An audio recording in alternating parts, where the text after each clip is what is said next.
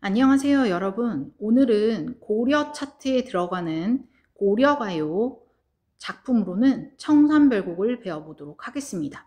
자, 이 작품을 배우기 전에 제가 고려가요의 특징 3가지를 먼저 설명했던 것 같아요. 다 기억하시죠?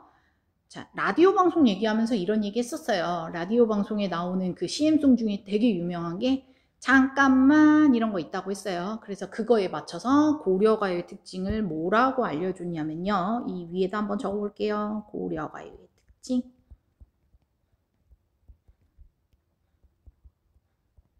3가지. 3분 후 이렇게 외우시라고 했습니다. 자, 사문보, 분연체, 후렴구 해서 3, 분, 후 이렇게 외우시면 되겠습니다. 자, 본문을 들어가기 앞서 고려가요가 무엇인지 한번 생각해 보겠습니다. 자, 고려가요는 말 그대로 고려시대에 불렀던 노래다라고 생각하시면 되겠습니다. 우리가 왜 대중가요라는 말 쓰죠? 그거는 이제 요즘에 부르는 노래다라고 하는 것처럼 고려시대의 대중가요와 같은 것이었다라고 여러분들이 이해하시면 쉬울 것 같습니다. 자, 그러면 바로 본문 들어갈 건데요. 모든 문학작품은 이렇습니다. 제목의 내용을 이해하는 것이 작품의 내용을 반 이상 이해하는 것과 같다. 저는 그렇게 생각하거든요. 그래서 청산별곡이라고 하는 이 제목의 의미에 대해서도 한번 살펴보도록 하겠습니다. 청산별곡. 별곡이라고 하는 게 원래 어떤 의미냐면요. 원곡과 다른 내용으로 만들어진 곡을 의미하는데 대개는 주로 한글로 쓰인 고려가요를 가리킵니다. 그래서 청산별곡이라고 하는 얘기는 청산에 대해 불렀던 노래다. 요 정도로 정리하시면 될 것 같습니다. 그러면 청산에 대한 노래, 청산별곡 본문 분석 바로 들어가도록 하겠습니다. 우선 먼저 한번 쭉 전체적으로 읽어보도록 하겠습니다. 사러리 사러리 랐다. 청산에 사러리 랐다. 멀위랑 다래랑 먹고 청산에 사러리 랐다. 얄리얄리 얄라셩 얄라리 얄라. 울어라 울어라 새여. 자곤일어 울어라 새여. 널라와 시름한 나도 자곤일어 운이노라. 얄리얄리 얄라셩 얄라리 얄라. 가던새 가던새 본다. 물 아래 가던새 본다. 잉 묻은 장글란 가지고 물 아래 가던새 본다. 얄리얄리 얄라셩 얄라리 얄라. 일인공 결인공 하야 나즈란 지네와 손디어. 오리도 가리도 없은 바무란 또 어띠 호리라. 얄리얄리 얄라셩 얄라리 얄라. 어디라 더디던 뚫고 누리라 마치던 뚫고 미리도 괴리도 없이 맞아서 운이 놀아. 얄리얄리 얄라셩 얄라리 얄라. 사러리 사러리 랐다. 발 아래 사러리 랐다. 나마자기 구조개랑 먹고 발 아래 사러리 랐다. 얄리얄리 얄라셩 얄라리 얄라. 가다가 가다가 들어라. 애정지 가다가 들어라. 사삼이 짐대에 올아셔. 해금을 혀거를 들어라. 얄리얄리 얄라셩 얄라리 얄라. 가다가 배부른 독이 설진 강수를 비조라. 조롱곳 누룩이 매와 잡사와니 내 어띠 할이 있고. 얄리얄리 얄라셩 얄라리 얄라. 자, 이렇게 읽었습니다. 자, 그러면 다시 올라가서 이제 하나씩 차분하게 본문을 분석해 보도록 하겠습니다. 자, 본문을 들어가기 앞서 위에서 말했던 고려가요의 특징인 사문보 율격을 먼저 한번 끊어보고자 합니다. 자, 빨간 펜으로 끊으면서 같이 확인해 보도록 하겠습니다. 사러리 사러리 랐다 굵게 끊고 청산에 살얼이 났다. 굵게 끊고. 자, 이렇게 한 거는요. 이 한 줄만 그냥 보았을 때에는 유금보라고 여러분들이 착각할 수 있습니다. 그렇기 때문에 제가 중간에 굵게 한번 끊어 주었습니다. 역시 마찬가지로 여기도 어이구 지워졌네요. 굵게 한번 그어주도록 하겠습니다. 다음 멀위랑 끊고 다래랑 끊고 먹고 굵게 끊고 청산에 끊고 살얼이 끊고 랐다 굵게 끊고. 자, 얄리얄리 얄라셩 얄라리 얄라. 이건 뭘까요? 계속 반복되는 거 보니까 얘가 바로 위에서 설명했던 후렴구이구나 라고 하는 걸 알 수 있겠죠. 자, 후렴구에 대한 설명은 또 나중에 할 거기 때문에 우선은 3음부부터 전체적으로 끊어보도록 할 거고요. 그리고 후렴구는 끊기가 되게 애매하죠. 예, 그러다 보니 이 부분에 대해서는 다음 연 설명할 때부터는 패스하고 넘어가도록 하겠습니다. 자, 다음 보겠습니다. 울어라 끊고 울어라 끊고 새여 굵게 끊고 자곤 일어 끊고 울어라 끊고 새여 굵게 끊고 널라와 끊고 시름한 끊고 나도 굵게 끊고. 자, 자곤 일어 운이 노라 자곤 일어 끊고 운이 노라 굵게 끊고. 자, 여기는 제가 수업 시간에도 한번 이야기했었는데요. 전체적으로는 3음보가 쓰였지만 일부분 변칙되는 부분이 있다라는 이야기도 했었어요. 자, 그런 부분의 가장 첫 번째 부분입니다. 변칙되는 부분의 가장 첫 번째로 나온 부분이에요. 자, 다음 3년 가겠습니다. 가던새 본다. 자, 굵게 끊고 가던새 끊고 본다 굵게 끊고 물 아래 끊고 가던새 끊고 본다 굵게 끊고.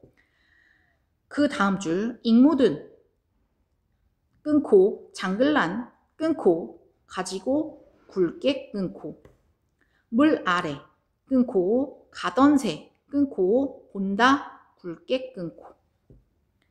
다음 종이 쳤어요. 여러분 조금 이따 또 이어서 4연부터 설명하도록 하겠습니다. 자, 4연부터 다시 한번 살펴보도록 하겠습니다. 일인공 끊고 결인공 끊고 하야 굵게 끊고 나즈란 끊고 디네와 손뎌 굵게 끊고. 역시 이 부분도 변칙된 부분이구나 이렇게 볼 수 있습니다. 다음 오리도 끊고 가리도 끊고 없은 굵게 끊고 바무란 끊고 또 어디 끊고 호리랑 굵게 끊고. 자, 다음 이제 넘어가 보겠습니다. 어디라 끊고 더디던 끊고 돌고 굵게 끊고 누리라 끊고 마치던 끊고 돌고 굵게 끊고 미리도 끊고 괴리도 끊고 없이 굵게 끊고 맞아서 끊고 운이 놀아 굵게 끊고. 역시 여기도 변칙이 쓰였다라고 볼 수 있겠죠. 자, 다음 이제 되게 비슷하게 흘러갑니다. 1년의 내용처럼 살얼이 끊고 살얼이 끊고 라따 굵게 끊고 발 아래 끊고 살얼이 끊고 라따 굵게 끊고 나마자기 끊고 구조개랑 끊고 먹고 굵게 끊고 발 아래 끊고 살얼이 끊고 라따 굵게 끊고 가다가 끊고 가다가 끊고 들어라 굵게 끊고 애정지 끊고 가다가 끊고 들어라 굵게 끊고 사슴이 끊고 짐대 끊고 사삼이인데 사슴이라고 제가 발음을 했네요. 자, 사삼이 끊고 짐대 끊고 올아셔 굵게 끊고 해금을 끊고 혀거를 끊고 들어라 굵게 끊고 마지막입니다. 가다니 끊고 배부른 끊고 독이 굵게 끊고 설진 끊고 강수를 끊고 비조라 굵게 끊고 조롱곳 끊고 누룩이 끊고 매와 잡사와니 굵게 끊고 네 끊고 어띠 끊고 할이 있고 굵게 끊고 이렇게 보시면 되겠습니다. 그래서 사문보율격을 전체적으로 끊어봤습니다. 자, 다음으로는 고려가요의 특징 분연체에 대한 설명을 해보도록 하겠습니다. 분연, 연으로 나뉘게 된다라고 하는 거겠죠? 그래서 지금 여기 교과서에 봤을 때 하나, 둘, 셋, 넷, 다섯, 여섯, 일곱, 여덟 개의 연으로 구성되어 있으니 이렇게 연이 구분되어 있고 분연체다 라고 알 수 있습니다. 혹은 같은 말도 수업 시간에 설명했었는데요. 뭐라고 했냐면 자, 우선 밖으로 빼서 한번 써볼게요. 같은 말 분절체 이런 말도 썼었습니다. 혹은 연장체 요것도 참고하시면 좋겠습니다. 자, 그러면 이제 연 하나하나씩 구체적으로 좀 분석해 볼게요. 빨간 펜이 좀 되어 있어서 조금 정신이 없긴 하지만 그래도 같이 보겠습니다. 살얼이 랐다. 살고 싶구나 살고 싶구나. 청산에 살얼이 랐다. 청산에 살고 싶구나. 멀위랑 다래랑 먹고 멀위와 다래는 어떤 거냐면요. 얘는 산머루 뭐 이렇게 보시면 되고 다래는 참다래다 라고 해서 이 머루는 산에서 나는 열매인데 좀 포도같이 생겼어요. 되게 작게 생겼는데 수업 시간에 이거는 한번 이미지로 보여준 적이 있었던 것 같아요. 그리고 다래는 참다래라고 해서 키위랑 좀 비슷하게 생겼다라고 얘기하면서 속을 쪼개보면 완전 키위고 그리고 맛도 비슷하다라는 설명도 했었던 것 같습니다. 자, 그런데 멀위와 다래라고 하는 이러한 음식들은 굉장히 뭔가 거창하고 대단한 것일까요? 아니면 그냥 평범하고 주변에서 어느 때나 찾을 수 있는 소박한 음식일까요? 이제 조선시대라는 걸 고려하기는 해야 되겠죠. 자, 그러면 조선시대가 아니고 고려시대군요. 제가 잘못 얘기했습니다. 자, 다시 멀위와 다래 이런 것들은 어떠한 음식이다?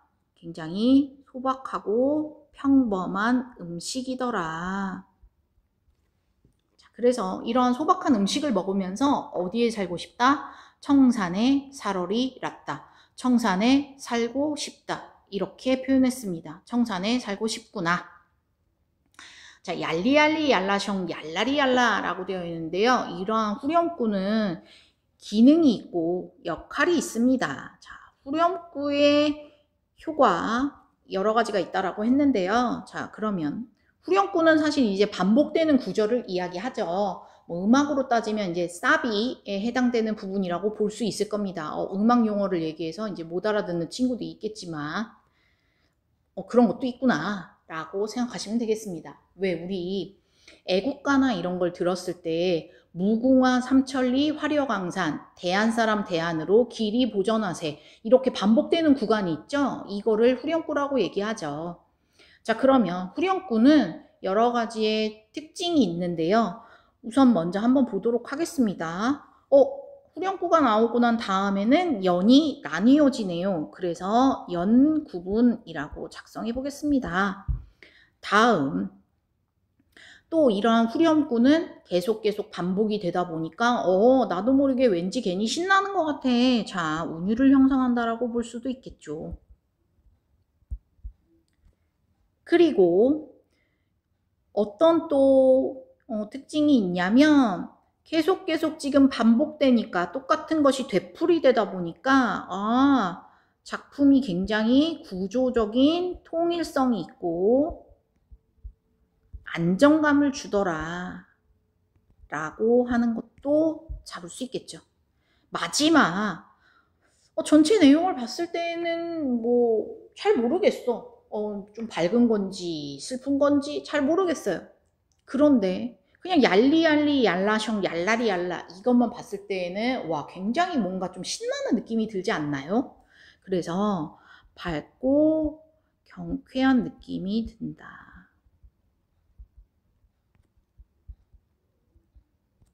그러한 이유는 리을이나 이응이라고 하는 울림소리를 사용했기 때문이다. 이런 설명도 수업 시간에 했었습니다. 딱 기억하시죠? 자, 그러면 고려가요의 특징 3분 후 요거는 정리를 했고, 자, 그러면 다시 한번 가보도록 하겠습니다. 이제 2연 바로 가기 전에 1년의 내용이 뭐였냐? 청산에 살고 싶다라고 하는 게 바로 1년의 내용이겠죠. 자, 이제 그러면 2연 울어라 울어라 새여. 자, 우는구나 우는구나 새야 새여. 뭐 이렇게 해석할 수 있죠. 자고 일어 울어라 새여. 자고 일어나서 우는구나 새여. 이렇게 해석할 수 있죠. 자, 그러면 여기에 새는 사실 새가 우는 걸까요? 아닐 것 같아요. 제 생각에는. 밑에서 한번 또 보겠습니다. 그러고 난 다음에 다시 설명하는 게 좋을 것 같아요. 널 나와 시름한 나도.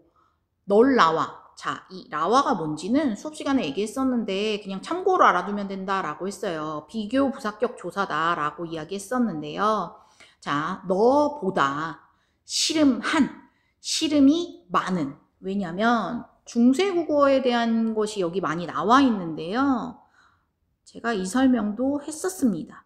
하다와 하다가 있다.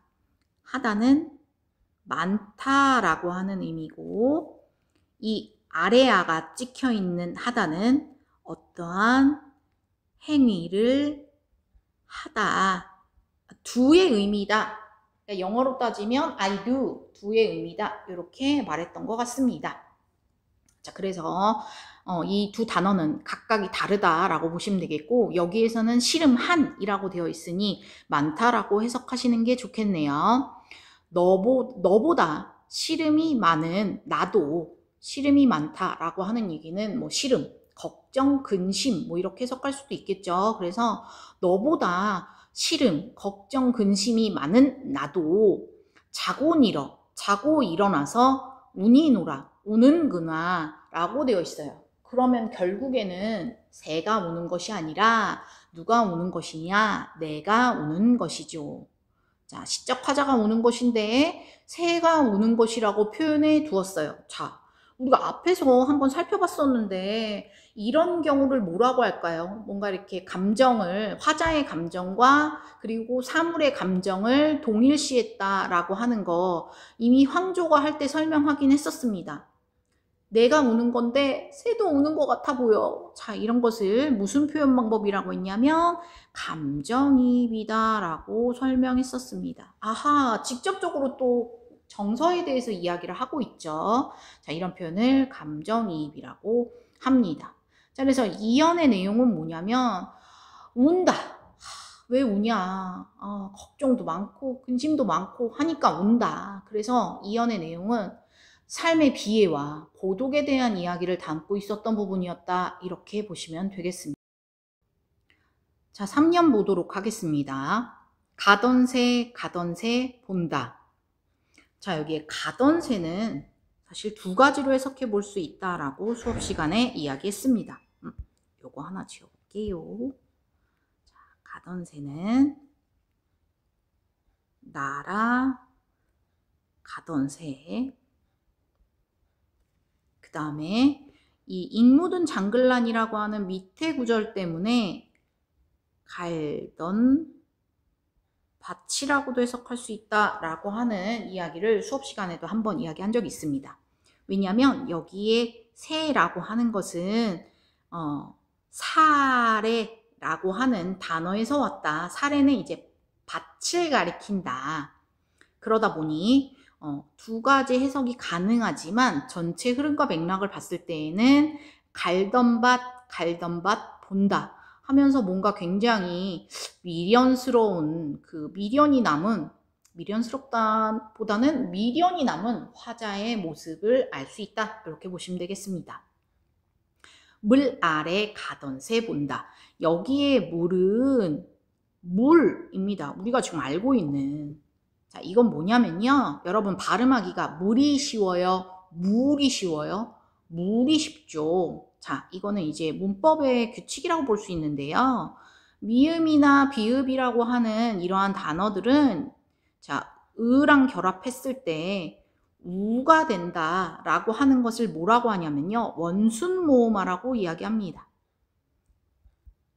원순모음, 우는 뭐냐면 우, 자 입술 모양이 동그래지죠. 그래서 원순모음이 된다라고 해서 원순모음화라고 얘기하죠. 그래서 현대국어에서는 원순모음화가 일어나서 물이라고 쓰는데 그 당시에는 이러한 원순모음화 현상이 일어나지 않았기 때문에 물이라고 씁니다.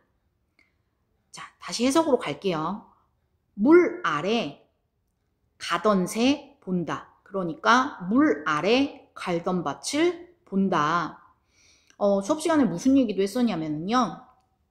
우리가 배산임수 지형이 어떤 지형이냐. 뒤에는 막 산이 펼쳐져 있고 앞에는 이렇게 물길이 있고 그 근처에는 막 비옥한 땅과 이런 것들이 있는 곳을 바로 배산임수 지형이다 라고 이야기를 했었던 것 같아요. 그래서 요거 지금 보시게 되면 우리 그때 영상으로도 한번 봤었는데요. 뒤에는 산이 쫙 넓게 펼쳐져 있고 그리고 물길이 쭉 있고 그 근처에 물을 대기 쉬워야지만 사실은 뭐 논농사, 밭농사 이런 걸 지을 수 있으니까요. 밭도 보였다라고 하는 거 알 수 있습니다. 그래서 다시 해석할게요. 갈던 밭 본다. 물 아래 갈던 밭 본다. 지금 뭔가 좀 쉽사리 떠나지 못하고 있는 화자의 모습을 알 수 있는 부분 같아요. 다음, 잉 묻은 장글란 가지고. 야, 잉 묻은 장글란. 이거는 좀 진짜 중요한 내용이기 때문에 잘 아셔야 됩니다. 잉 묻은 장글란. 자, 여기 지금 옆에 오른쪽 쪽날개에 나와 있는데요. 한번 볼게요.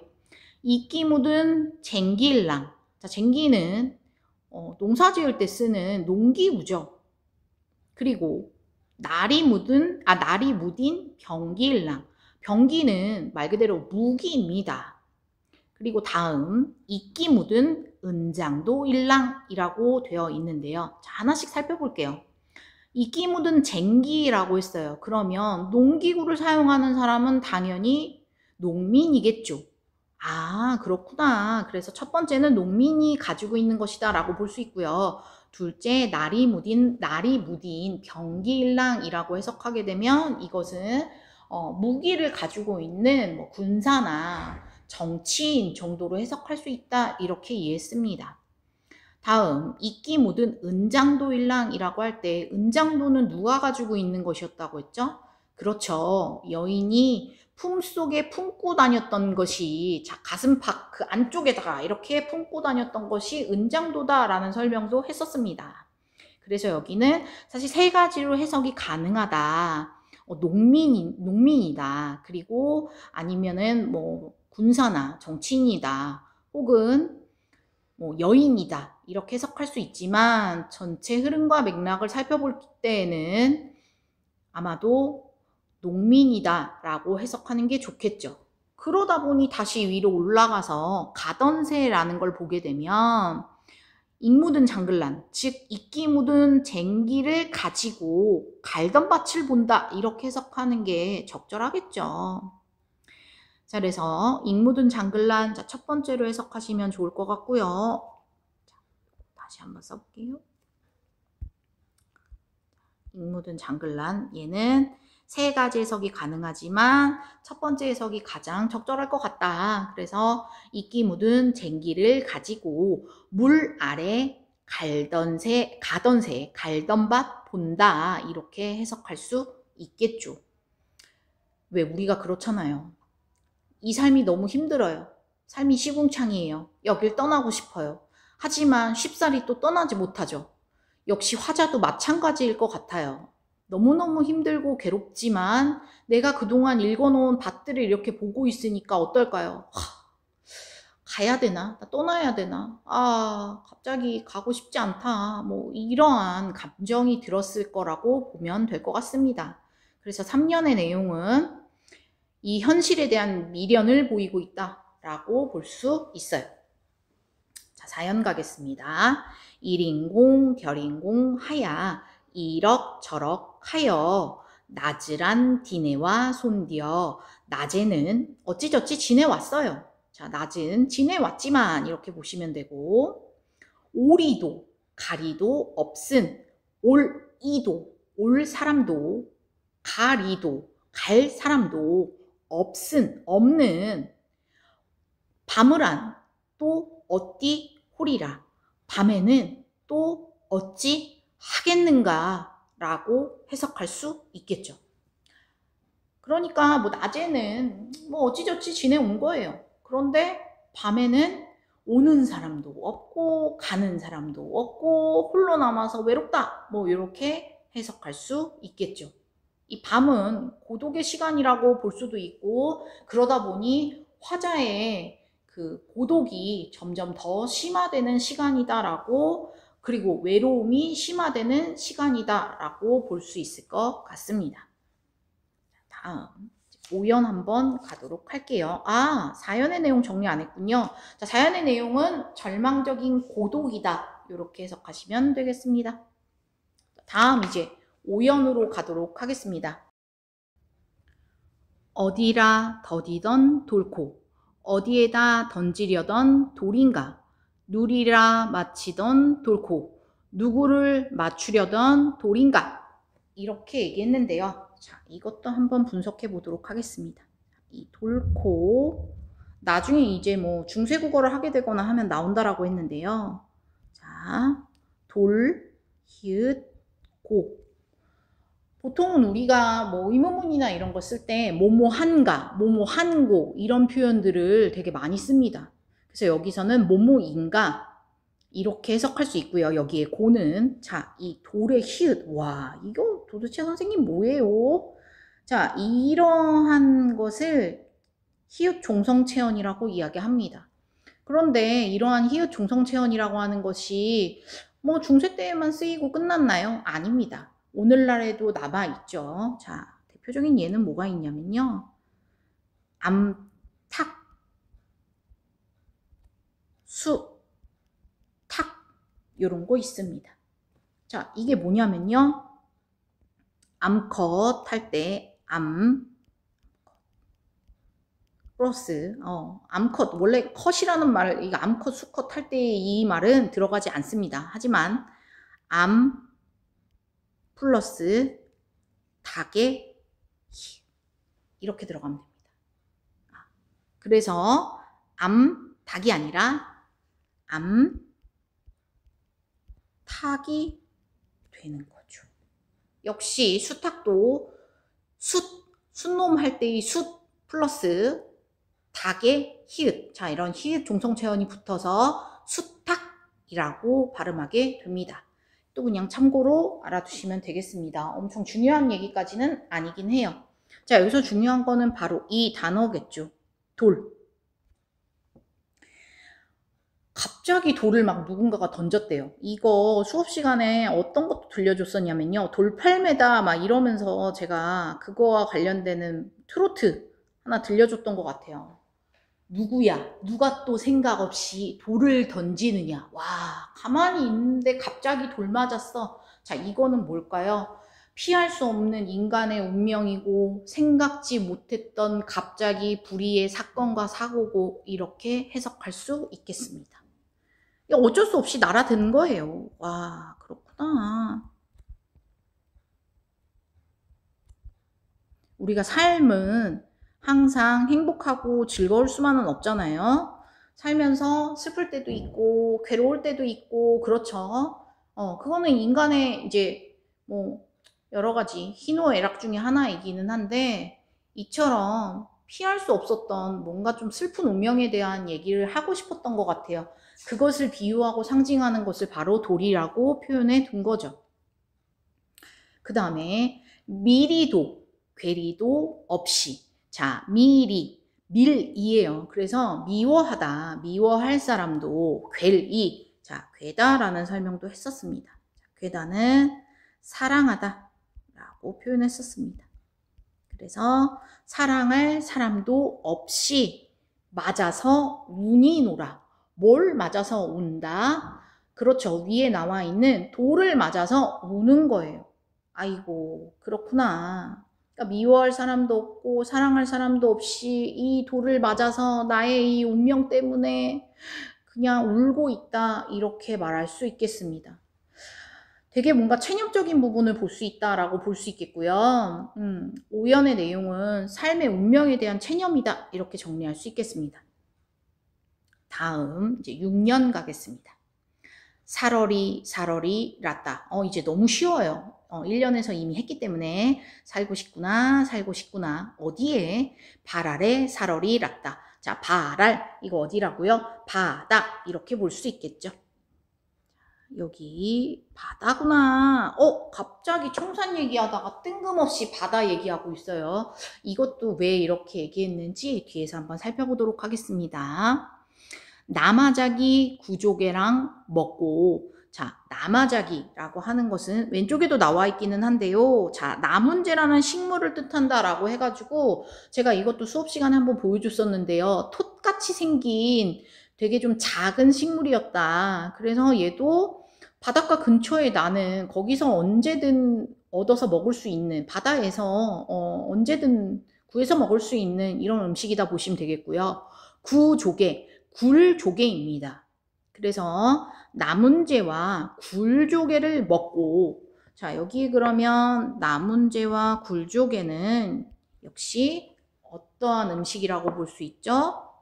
굉장히 소박하고 평범한 음식이라고 볼 수 있습니다. 자, 그러면 앞에 우리 1년에서 뭘 했냐면요. 바다에 살고 싶다라고 하는 거 보니 어머 그러면 1년에서 말했던 청산과 아마 같은 의미가 아닐까라고 예측해 볼 수 있습니다. 그리고 또 나마자기 구조개 얘네들이 소박한 음식이라고 했으니까 1년에 나와 있는 멀위와 다래와 같은 의미를 가지고 있다라고도 볼 수 있겠죠. 자, 그러면서 발 아래 살얼이 랐다. 바다에 살고 싶다라고 얘기하고 있습니다. 자, 6년의 내용은 바다에 대한 동경이 되겠죠. 1년에서 청산에 대한 동경이었다면 이제 6년에서는 바다에 살고 싶다라고 하는 마음을 드러내고 있습니다. 자, 7년 가겠습니다. 가다가 들어라. 가다가 듣노라. 듣는구나. 애정지 가다가 들어라. 애정지 왼쪽에 나와 있는데요. 외딴 부엌을 가다가 듣는다. 아니면 듣노라. 뭐 이렇게 해석할 수 있습니다. 그래서 가다가 듣는데 뭘 듣냐면 외딴 부엌을 지나가다가 들었대요. 뭘 들었을까? 사삼이 짐대에 올아셔. 자, 사삼 여기 나와 있는데요. 사슴입니다. 사슴. 사슴이 짐대는 장대입니다. 장대에 올아셔. 올라가서 해금을 혀거를 들어라.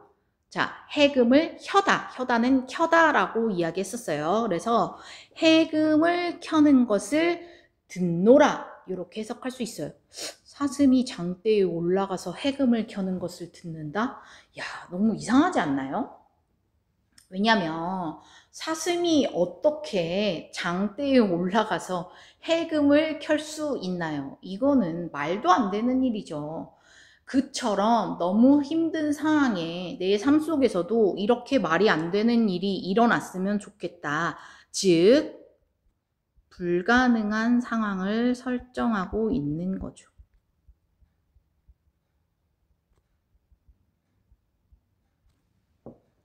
또 어떻게 해석할 수도 있냐면요. 조금 더 이거는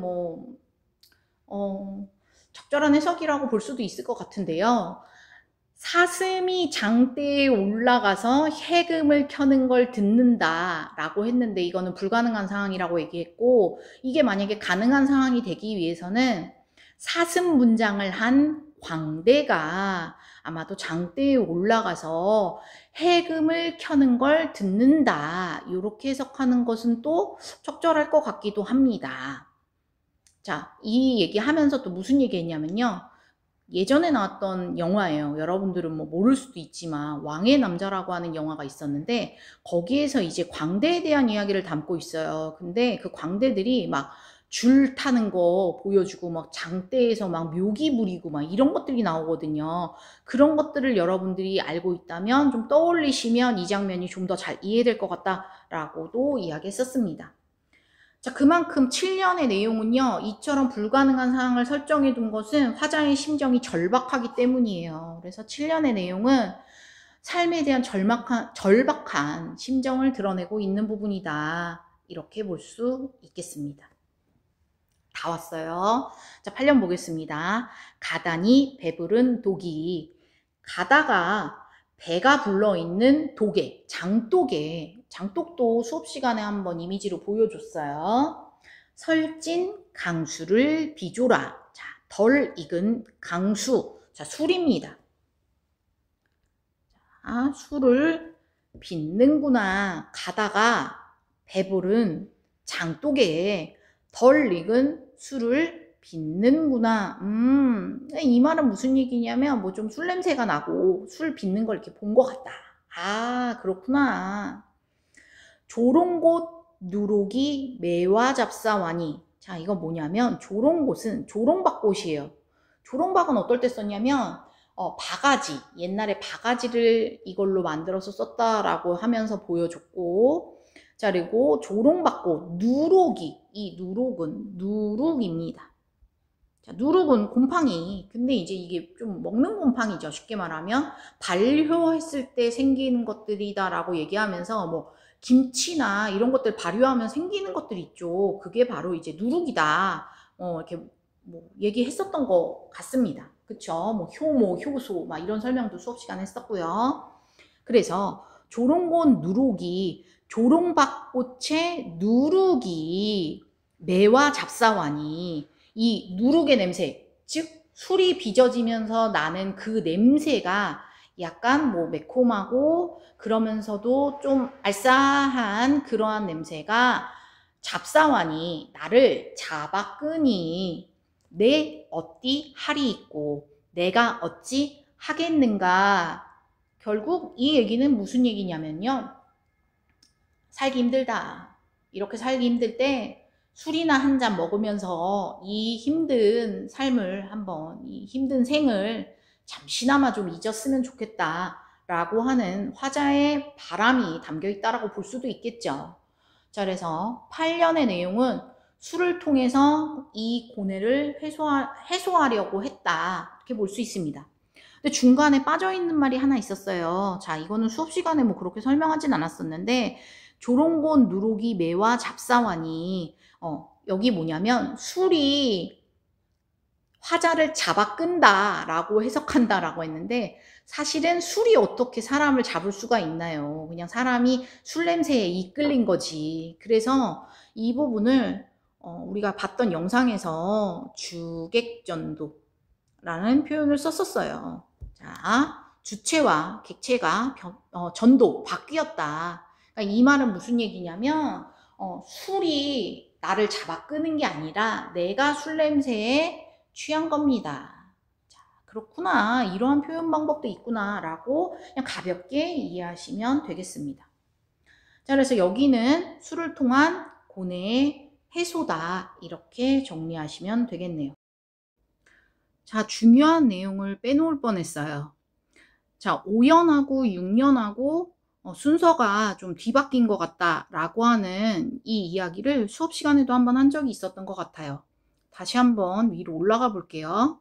자, 1년부터 4년까지는 청산을 살고 싶다라고 하는 이야기가 전개되었으니 뭐 여기까지는 괜찮은 것 같아요.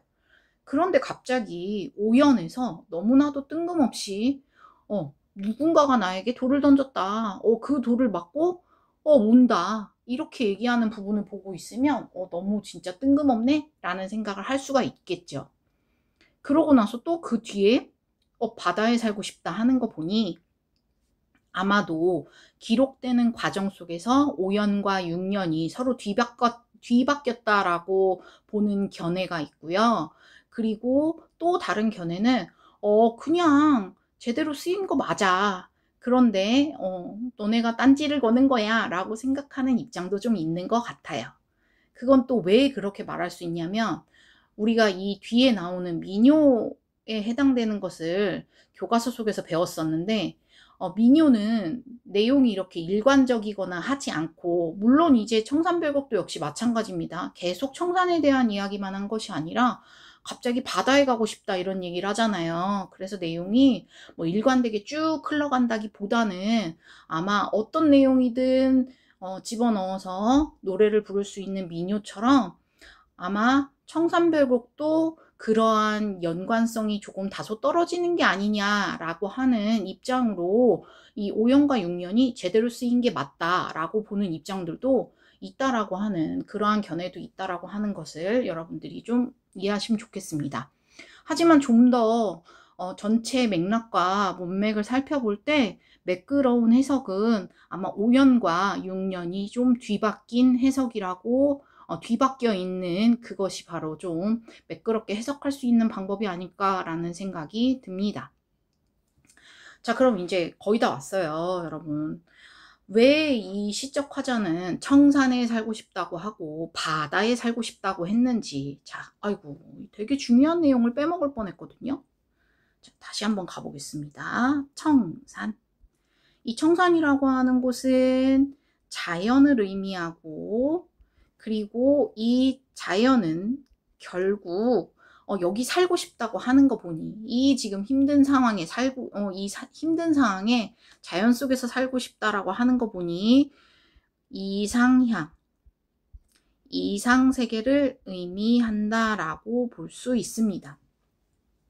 동양권의 경우에는 자연과 함께 사는 것을 중요시하는 자연 친화적인 태도를 가지고 있다라는 이야기도 좀 했던 것 같아요. 동양권의 사람들, 특히 뭐 우리나라 사람들도 역시 마찬가지겠죠. 그러다 보니 자연을 벗삼아 함께 사는 것을 즐겼다, 이렇게 이해하면 좋을 것 같고, 그리고 이 힘들고 고통스러운 현실 속에서 청산에 살고 싶다라고 하는 거 보니 내가 좀 마음 편하게 여기 가서 살고 싶어. 이곳은 내가 꿈꾸는 이상향이고 이상세계야. 이렇게 이해할 수 있겠죠. 그럼 이 청산과 비슷한 단어가 또 뭐가 있죠? 그렇죠. 바로 바다가 있습니다. 역시 바다도 자연을 의미하고, 그리고 이것도 역시 이상향. 바다도 자연이잖아요. 그리고 이상세계. 이렇게 힘드니까 청산에 살든 바다에 살든 나는 지금 이 현실을 벗어나고 싶어 라는 이야기를 전달하려고 했던 게 아닌가 싶습니다. 맞죠? 자, 그리고 다시 한번 올라가 볼게요. 우리가 소박한 음식을 먹고서는 청산에 살고 싶다라는 얘기가 1년에 나왔다라고 했는데 그게 바로 멀위와 다래예요. 그러면 이 멀위와 다래처럼 오연에서도 소박한 음식에 해당되는 내용은 바로 남아자기 구조개가 될 것입니다. 그래서 1년과 6년은 서로 좀 대응되는 느낌이다 라고 하는 걸 알 수 있겠죠. 자, 그러면 이 시적 화자는 왜 이렇게 청산에 가고 싶고 바다에 가고 싶다고 했는가?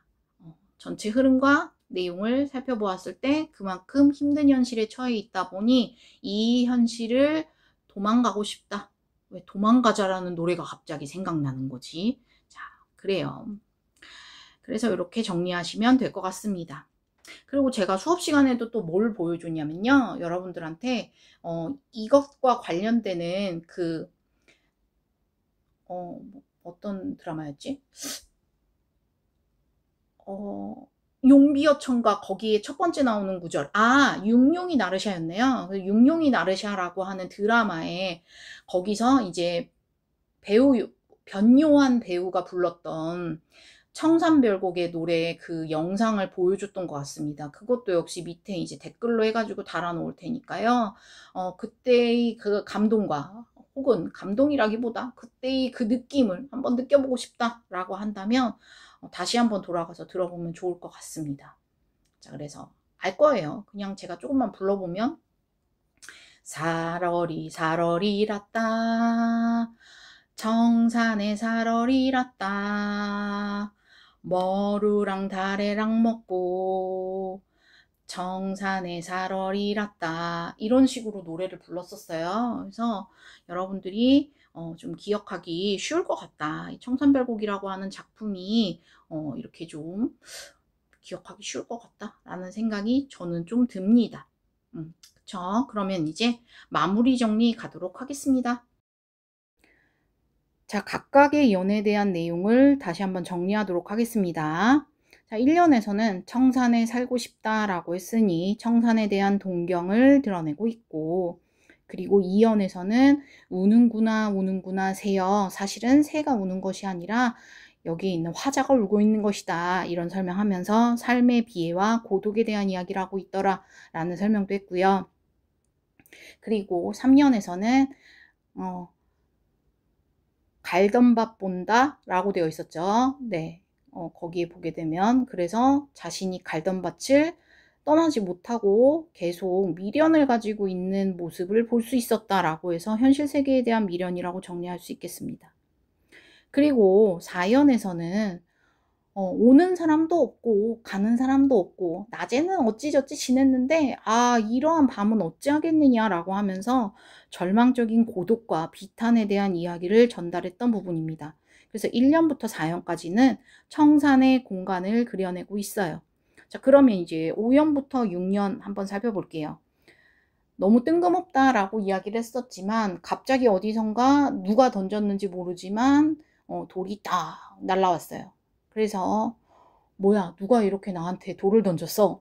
즉 이런 돌이 갖는 의미가 무엇인지 이전에도 이미 설명을 했고 생각지도 못했던 그런 일이다. 생각지도 못했던 불의의 사고다. 뭐 이렇게 볼 수 있고 또 인간의 운명적인 부분이다. 그러니까 삶에 있어서 인간의 운명적인 부분이다. 뭐 이런 이야기도 했던 것 같아요. 그 다음에 6년에서는 다시 바다에 살고 싶다라고 하면서 갑자기 바다에 대한 동경에 대해서 또 이야기를 해요. 그래서 이 전체 내용을 봤을 때에는 5년과 6년이 좀 서로 뒤바뀐 느낌이 든다라는 설명도 했었던 것 같습니다. 다음 한번 넘어가 볼까요? 자, 이제 다 왔습니다. 7년. 자, 여기서는 어떤 내용이었냐면 사슴이 장대에 올라가서 해금을 켜는 걸 듣는다라고 하는 구절이었어요. 그래서 이런 일은 실제로 일어나기 되게 어렵다. 그처럼 이 현실의 삶이 너무 힘들다 보니 내 삶에서도 이러한 뭔가 불가능한 상황을 설정하여 기적이 일어났으면 좋겠다. 불가능한 상황을 설정한 것은 결국 이처럼 내 삶에서도 기적이 일어났으면 좋겠다라고 하는 이야기를 전달하는 부분이다라고 볼 수 있었고요. 마지막에 가뜩이나 힘든데 지나가는데 막 술 냄새가 나요. 그래서 거기서 뭐라고 얘기하냐면 뭐 설진 강수를 비조라 뭐 이런 얘기가 나옵니다. 그래서 그런 술 냄새가 나를 잡아 끄니 내가 어찌 하겠냐. 그냥 이 술 한 잔 먹고 시름 잊어보자 라고 하면서 그래서 여기를 술을 통한 고뇌의 해소다 이렇게 정리할 수 있겠습니다. 자, 청산별곡은 갈래가 뭐라고 했냐면 고려가요라고 했습니다. 자, 고려시대에 불렀던 노래다. 그런데 물론 이 노래는 나중에 우리 말과 글이 생긴 조선시대에 기록되었다라고 하는 이야기도 했습니다. 자, 그 다음에 성격은 현실 도피적, 애상적, 체념적 이렇게 나와 있는데 너무 힘드니까 청산으로 가고 싶고 바다로 가고 싶다 이렇게 해석할 수 있죠. 그래서 현실 도피적. 그 다음에 너무 힘들어 나 울고 싶어. 자, 너무 슬프죠? 애상적이라고 볼 수 있고 아유, 삶이란 다 그런 거지. 누구에게나 다 힘듦이라는 게 있는 거야. 어쩔 수 없지. 그냥 술 한 잔 먹으면서 이 힘든 시름 잊어보자. 라고 하는 이렇게 체념적인 부분도 나왔다라는 걸 볼 수 있습니다. 다음, 운율. 이 부분에서 332조라는 걸 이야기했었는데요. 자, 332조. 이것을 음수율이라고 이야기했었습니다. 그리고 3음보, 음보율이라는 이야기를 했었는데요. 자, 우리 전통 시간은 음수율을 중요시한다, 음보율을 중요시한다, 뭘 더 중요시한다라고 했었죠? 그렇죠. 음보율을 중요시한다라고 이야기했습니다. 이걸 중요시 생각했어요. 자, 음수율은 글자 수를 맞춰주는 건데 글자 수를 딱 3, 3, 2 이렇게 맞춰주기가 쉽지가 않아요. 물론 이제 첫 구절 보게 되면 살얼이 세 글자, 살얼이 세 글자, 낫다 두 글자 뭐 이런 식으로 쓰여 있지만 우리가 전체로 분석해서 본다라고 했을 때에는 다 3, 3, 2조에 들어맞지 않더라라고 하는 것도 이야기를 했었던 것 같습니다. 그러다 보니 음수율보다는 음보율에 집중해서 보면 될 것 같다. 이렇게 보시면 되겠고요. 제재는 이 작품을 쓰게 된 소재라는 걸로 정리할 수 있겠죠. 자, 청산과 바다. 별로 중요한 것 같지는 않습니다. 제가 중요하게 생각하는 것들은 항상 이거죠. 갈래, 그 다음에 주제, 그리고 특징 이렇게 세 가지를 중요하게 다룹니다. 자, 주제는 삶의 고뇌와 비위에서 벗어나고 싶은 욕구를 드러낸다. 그렇죠. 자, 특징 한번 보도록 하겠습니다. 상징적인 시어를 사용하여 주제의식을 강조했다라고 했는데 여기에 드러난 상징적인 시어가 뭐가 있냐면 우리 자, 빨간 펜 말고 지워보고 검정펜으로 한번 써보겠습니다.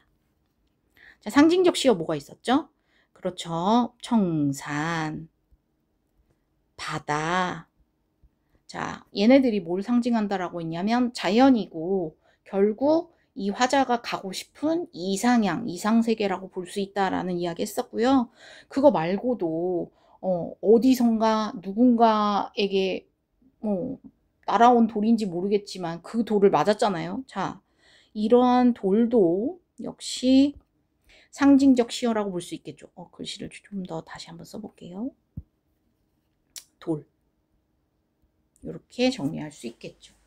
자, 그래서 상징적인 시어들이 드러나 있다라고 하는 거 알 수 있겠고 식구의 반복을 통해 운율감을 형성하고 의미를 강조했다. 자, 살얼이 랐다. 청산에 살얼이 랐다. 살얼이 랐다. 발 아래 살얼이 랐다. 이런 식으로 계속 식구가 반복이 되고 있죠. 그러면서 운율감을 주더라 라고 하는 거. 그리고 이거 말고도 후렴구 얄리얄리 얄라셩 얄라리 얄라라고 하는 이 후렴구도 역시 운율을 형성하고 있다는 걸 알 수 있죠.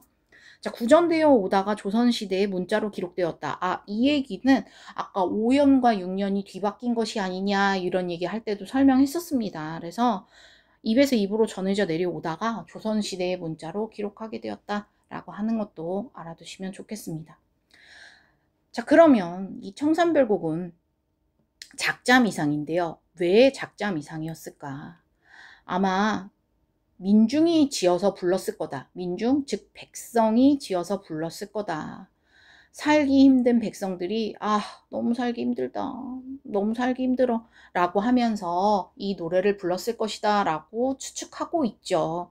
특히나 시대적 배경을 좀 살펴본다면 고려 후기에 뭐 무신정변이라든지 대몽항쟁이라든지 이거는 얘기했었던 것 같아요. 원간섭기 이게 몽골이다라고 하면서 이러한 시대적 배경에 대한 이야기도 수업 시간에 한번 한 적이 있었던 것 같습니다. 이런 것들로 우리의 백성들은 너무너무 피폐해졌겠죠. 이제 조금 밭 깔고 살만해지면 다시 또 난리가 일어나서 다른 곳으로 쫓겨가야 하고 또 정착해서 살만하면 정착하려고 하면서 좀 살만하면 다시 또 다른 곳으로 가야 하고 그러다 보니 떠도는 유랑민의 삶 그리고 그러한 백성들의 고통스러운 삶에 대해서도 한번 살펴볼 수 있는 작품이었던 것 같습니다. 그래서 이렇게 마무리 정리를 하도록 하겠습니다. 이번 시간은 진짜 내용이 길었어요. 8개의 연이 있기 때문에 정말 설명을 길게 했는데 그럼에도 불구하고 여러분들이 끝까지 잘 들어줘서 너무너무 고맙습니다. 자, 수고했어요.